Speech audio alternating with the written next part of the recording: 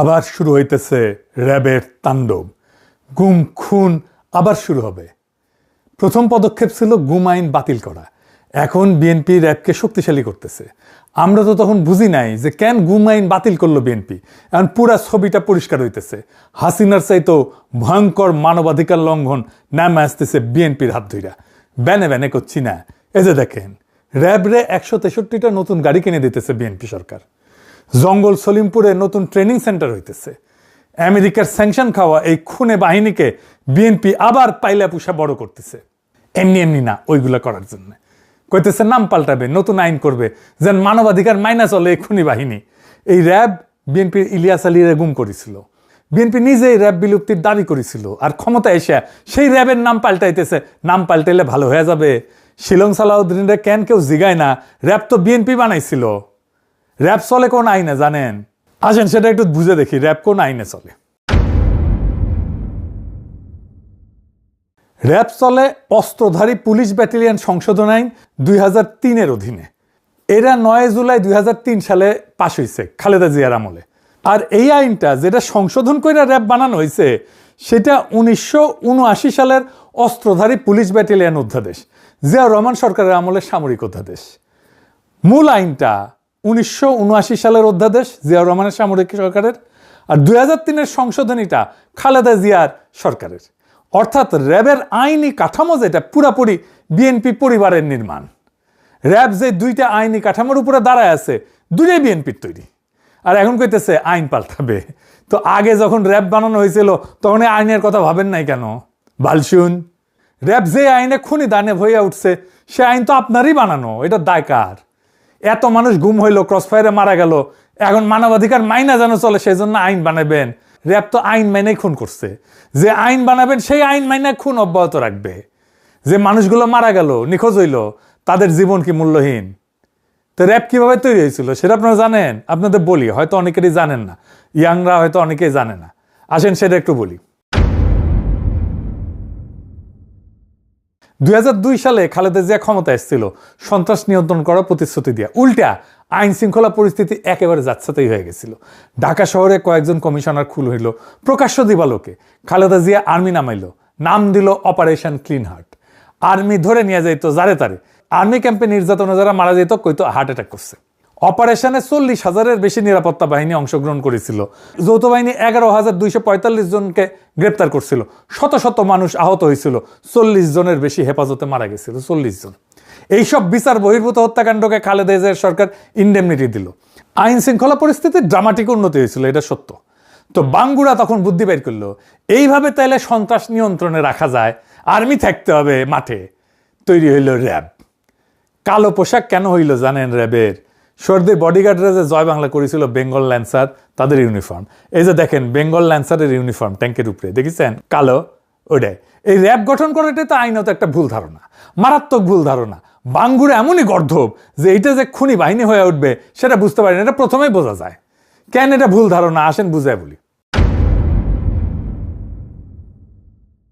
RAB বানানোর লক্ষ্যই ছিল আর্মিকে দিয়া সিভিল ক্রিমিনাল অ্যাক্টিভিটিস সামাল দেওয়া। কিন্তু সেনাবাহিনী দেশের সিভিল সিটিজেনের সাথে তো ডিল করার জন্য তৈরি হয় নাই। সেনাবাহিনী কি করে? সেনাবাহিনী কারে ফাইট করে? দেশের শত্রুরে ফাইট করে। সে দেশের শত্রুর সাথে ডিল করে। সেইখানে সে হয় শত্রুকে নিশ্চিহ্ন করে দেবে, নয়তো নিজে নিশ্চিহ্ন হয়ে যাবে। এখানে কোনো আইন নাই, মানে আন্তর্জাতিক আইন আছে, সে যুদ্ধাপরাধ করতে পারবে না।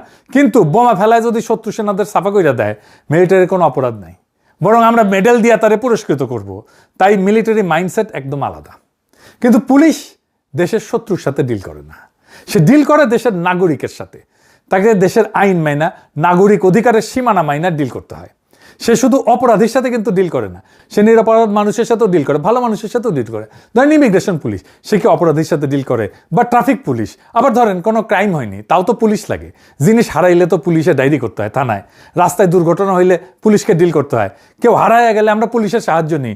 ধরেন কেউ রাগ কইরা বাসা থেকে বের হয়ে গেছে, আপনি খুঁজে পাইতেছেন না, এটা তো ক্রিমিনাল অফেন্স না, কে ডিল করবে? পুলিশই তো। তো এই পুলিশের কাজ মিলিটারি মাইন্ডসেট দিয়ে চালানো যাবে? মিলিটারির মতো করে সিভিল ইস্যু ডিল করা যাবে? তাইলে করা যাবে? এটা হবে না তো। প্রতিষ্ঠার পরে খালেদা জিয়া র্যাবের ভূমিকা প্রশংসা করছিলেন, বলছিলেন যে প্রশংসা করতেছে সন্ত্রাস দমনে সাহসী এবং নিরপেক্ষ অভিযান চালানোর জন্য। পরে উনি বুঝেছিলেন যে ভুল হয়েছে। ভুল বুঝে কি করলেন? 2014 সালে খালেদা জিয়া র্যাবকে ক্যান্সার বলে বিলুপ্তির দাবি করলেন। নারায়ণগঞ্জে 7 খুনের পর খালেদা জিয়া প্রথম প্রকাশ্যে র্যাব বিলুপ্তির দাবি তোলেন। 10 মে 2014 নিখোঁজ বিএনপি নেতা সাজেদুল ইসলাম, মানে আমাদের তুলির ভাই আর কি, তার পরিবারের সঙ্গে দেখা করে বললেন যে র্যাব গঠন হয়েছিল জনগণের জীবন সম্পদ রক্ষা করার জন্য, কিন্তু এখন এই বাহিনী রাজনৈতিক উদ্দেশ্যে ব্যবহার হইতেছে। আমি এই এলিট ফোর্স বিলুপ্তির দাবি করতেছি। খালেদা জিয়া নিজে বিলুপ্তির দাবি করছে, তুলির ভাইয়ের বাসায় গিয়ে এই দাবিটা করছে। 13 মে 2014 সিদ্ধিরগঞ্জে 7 খুন হয়েছিল না, এই 7 খুনের পরিবারগুলো সান্ত্বনা দিতে যেয়ে বলেন এই বাহিনীর আর কোনো প্রয়োজন নাই, কারণ তারা জনগণের বিরুদ্ধে দাঁড়িয়েছে। 2014 সালেই মুন্সিগঞ্জের এক সমাবেশে খালেদা জিয়া র্যাবকে ক্যান্সার আখ্যা দিয়ে বলেন সংস্কারে কাজ হবে না, বিলুপ্তি করতে হবে। র্যাবকে রক্ষী বাহিনীর সাথে তুলনাও করেছিলেন। 28 মে 2014 লন্ডনে জিয়াউর রহমানের 33তম মৃত্যুবার্ষিকীর অনুষ্ঠান হতেছে।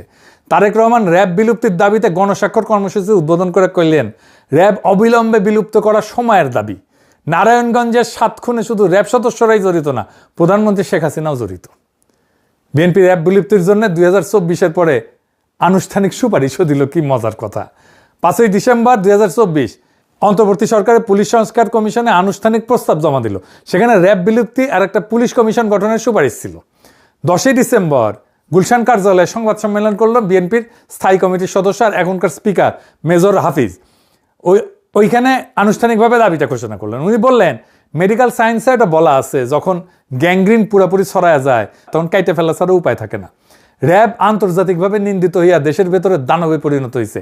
বেশিরভাগ গুম, খুন আর বিচার বহির্ভূত হত্যাকাণ্ড র্যাবই করেছে। তাই আমরা এর বিলুপ্তির সুপারিশ করিতেছি।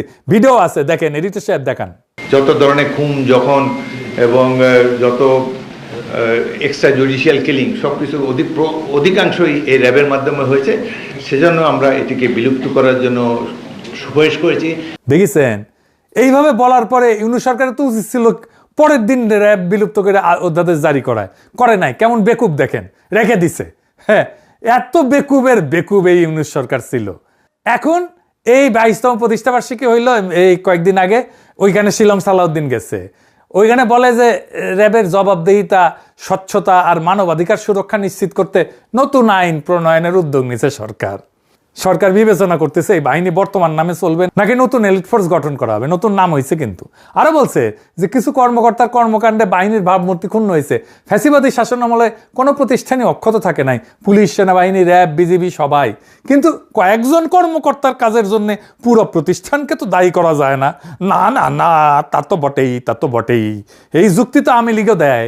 যারা গ্যাংগ্রিন বলবে এরা নিজেরা, তার 2 দিন পরে বলবে কয়েকজন কর্মকর্তার কাজের জন্য পুরো প্রতিষ্ঠানকে দায়ী করা যায় না। খালেদা জিয়া বলবেন সংস্কার করে লাভ নাই, বিলুপ্ত করতে হবে। আর এরা বলবে নাম বদলাবে, আইন ঠিক থাকবে, বাহিনী থাকবে। যেই তারেক রহমান লন্ডনের নির্বাসনে থেকে র্যাব বিলুপ্তির জন্য গণস্বাক্ষর কর্মসূচি শুরু করছিলেন, সে বাংলার লুথার কিং যখন হইল তখন র্যাবরে গাড়ি কিনে দেয় 163টা, নতুন ট্রেনিং সেন্টারের ব্যবস্থা করে। নাম হবে SIF, স্পেশাল ইন্টারভেনশন ফোর্স। ওরে বাবা, ইংরেজি যেহেতু কইছে ঠিকই কইছে না। আপনারা নিজেরা যা দাবি করেছিলেন অন্য সরকারের কাছে, এখন নিজেরাই করেন সেটা। নিজের দাবি নিজেই মানেন, আমাদের দাবি মানা লাগবে না। আপনারা নিজেরা যে দাবি তুলেছিলেন সেই দাবিটাই পূরণ করেন না কেন? নতুন বোতলে আগের মদ খাইতে চাই না তো আমরা। এটার নাম করতে রাজনীতি না, এটার নাম বিশ্বাসঘাতকতা। সরাসরি নিরবিচ্ছিন্ন লজ্জাহীন বিশ্বাসঘাতকতা। এই জন্য আজকের তরুণ সমাজ পলিটিশিয়ানদের পছন্দ করে না। এদের কোনো কথার দাম নাই, 1 ফুটা পয়সা দাম নাই। তারেক রহমান নিজের প্রতি কমিটমেন্ট তো রাখেনি, নিজের মায়ের একটা অঙ্গীকারও রাখে না। তারেক রহমান খালেদা জিয়ার জানা জায়গায় সবাইরে বলছে আম্মার যদি কোনো পাওনা থাকে সেটা আমি শোধ করব। তাহলে শোধ করেন। খালেদা জিয়া যা যা বলছেন, জাতির কাছে যা যা প্রতিশ্রুতি দিয়েছেন সব রাখেন, পরিশোধ করেন। মায়ের প্রতিশ্রুতি পরিশোধ করেন। রাজনীতিবিদ হিসেবে তো ব্যর্থ হয়েছেন, সন্তান হিসেবে ব্যর্থ হইয়েন না। যে বাহিনী আপনাদের বাইরেই ঘুম করছিল সেই বাহিনীকে আপনারা পাইলা পুষা বড় করতেছেন। এর দাম দিতে হবে। আজ না হোক কাল, কাল না হোক পরশু, দাম দিতেই হবে। ইতিহাস কাউকে মাপ করে না, বিশ্বাসঘাতকতাকে কোনোদিনই করে না।